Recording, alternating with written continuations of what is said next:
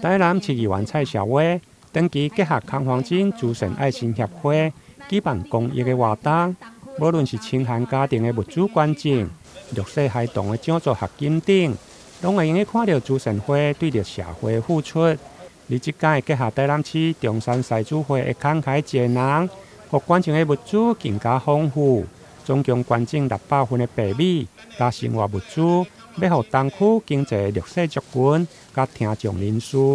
单位主要是来自于我们东区的1款跟低收2款的好朋友啦嘛非常感谢咱的康黄金慈善会、甲咱中山狮子会还有自强狮子会来联合做这样的捐赠。除了平常在这个地方的照顾上，他们2个协会呢也都不遗余力啦那这一次呢，听到小薇特别要举办这样的活动第一时间马上来全力支持那也包含了我们的自强狮子会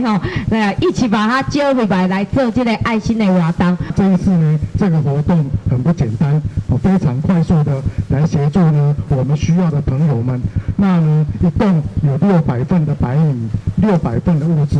等一下呢要颁给我们需要的朋友，还有呢我们的孩子，还有呢我们的听障协会各有呢我们在不邻近社区的据点用餐所以帮助相当多的人刚刚呢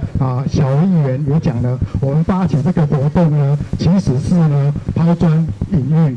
我们呢小这个爱心呢，其实是大的贡献。我们希望呢，透过这一次的一个捐赠活动，有更多的人呢，可以来关心咱左邻右舍需要关心的孩子们、家庭们，让呢我们台南市各地也更温暖。上午出席的除了爱心协会理事长以及中山西主会会长，另外嘛感谢关帝店的热心帮忙，有着社会局长卢玉聪、甲东区的区长黄炳源分别来致赠感谢状，肯定爱心团体的善行。同时嘛希望借由活动会用的抛砖引玉，串联较大的服务量能，互台南的善行会用照亮每一个角落。台南新闻林根采访报道。